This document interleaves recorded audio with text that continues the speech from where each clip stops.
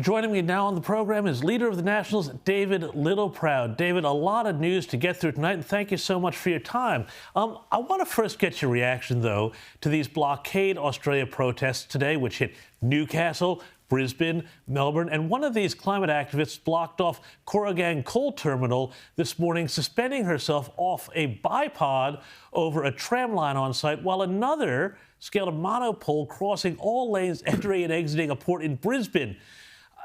I mean, how do you respond to this sort of idiocy? Well, we need state action on this, and this is where the state governments in every jurisdiction need to stand up and say that if these people want to impose their will on citizens in each of these individual states and impose a restriction on their ability to move freely, then they should impose one on them. And that's about making sure, firstly, whether that's putting them away from society for a little while, or probably the first step that could give practical measure to this is actually, in fact, taking away and putting a conviction against them, because then that means that they can't travel overseas. Secondly, if they want to continue, then you take them away from society and put it at Her Majesty's pleasure. I mean, these activists have been doing this for 12 months. They've been doing it in the agricultural space as well, particularly where they've been going on to farmers' properties and making claims about animal welfare. These people can't continue to do this. I get everyone wants to be angry these days. They want to have a cause, but you can't impinge on your fellow Australians' rights. And when you do, there has to be consequence. That consequence should be that you can't travel overseas, firstly. But if you want to continue with it, then you need to be kept away from society so society can continue to function. And unfortunately, state governments, and I see in my home state where the Deputy Premier, Stephen Miles, his only response to this is just to plead with these activists. If he thinks that's going to work, well, he's living in la-la land. I mean, the reality is they continue to do this in Queensland for some time, and there's no consequence. There has to be a consequence. And until states are prepared to give a consequence, we'll have to endure it. I guess, David, the issue, though, is the judiciary. I mean, in New South Wales, where I'm broadcasting from, the Perrottet government put in very firm penalties for this sort of behaviour. Yet, when a young woman blocked the Sydney Harbour Tunnel, her conviction and her jail time was overturned on appeal. So I guess there's a bit of few things beyond just the legislation. There's just the magistrates.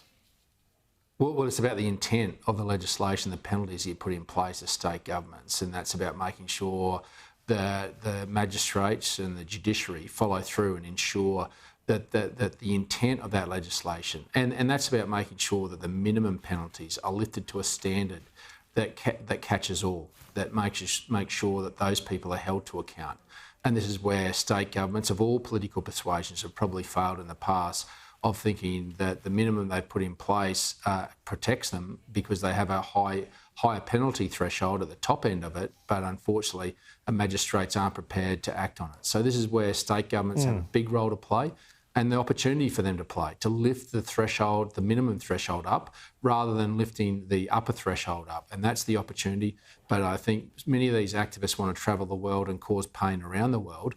That's the first step, because I know when we were looking at farm activism, that was one of the things that they got very scared about, is about being able to get a visa from somewhere around the world, many of these young people, to take that away from them because they wouldn't be allowed in another country. But if they didn't want to travel the world, then there needs to be a juncture where you take them away from society so society can function. Indeed, and certainly the U.S. takes that sort of thing very seriously indeed. Now, I want to shift gears here, David, and talk about The Voice. Now, the Nationals were first out of the blocks in opposing The Voice. We had the comments that were revealed today in The Australian about Yes activist Thomas Mayo saying that people who are against The Voice should be punished, the politicians, that is, calling John Howard all sorts of names.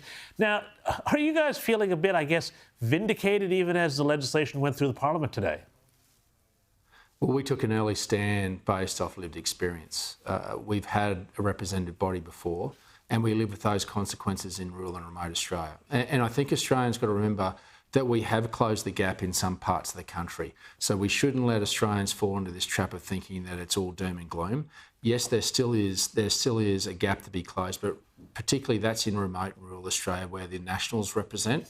But we don't want to fall into and repeat history by going back through a representative model, which was ATSIC, And those consequences are still scars we live with today. We don't think a bigger bureaucracy will work. We think a better bureaucracy will work. Getting bureaucrats out of Canberra, sitting around campfires, sitting around town halls, empowering local elders, and the fact that we want to make this permanent, effectively put into perpetuity in our constitution, that there has to be a voice within our parliament that will be there forever. It says that we've given up on closing the gap.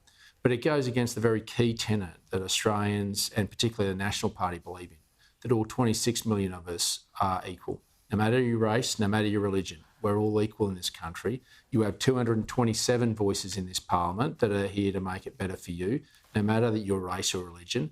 And we've proudly elected 11 Indigenous Australians to our parliament. But those 11 Indigenous Australians that are here representing Australians in this parliament aren't representing just Indigenous Australians. They're representing all 26 million.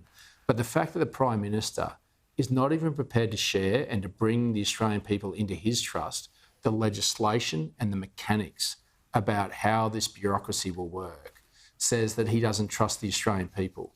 So why would the Australian people trust him if he's not prepared to show them how this would work? Because for us in regional Australia and remote Australia, we are going to repeat the mistakes of the past of having one or two people travel hundreds of thousands of square kilometres representing hundreds of diverse communities with different needs and think that we're going to get the same result as last time. That is repeating history, and unfortunately Anthony Albanese's only divided this country rather than having the opportunity to bring us together by just making this about constitutional recognition. And finally, David, before I let you go, a big defeat, even as the Prime Minister talked up his win with The Voice today. The Housing Australia Future Fund legislation has been blocked by a combination of Greens and Coalition. Here's the Prime Minister's reaction to this today. But what we had over there, with the Greens teaming up with them, is working to block public housing. Well, let me say this. This isn't student politics. What happens here affects the country. And instead of hyperventilating like a debating team, you need to bring people together to get things done.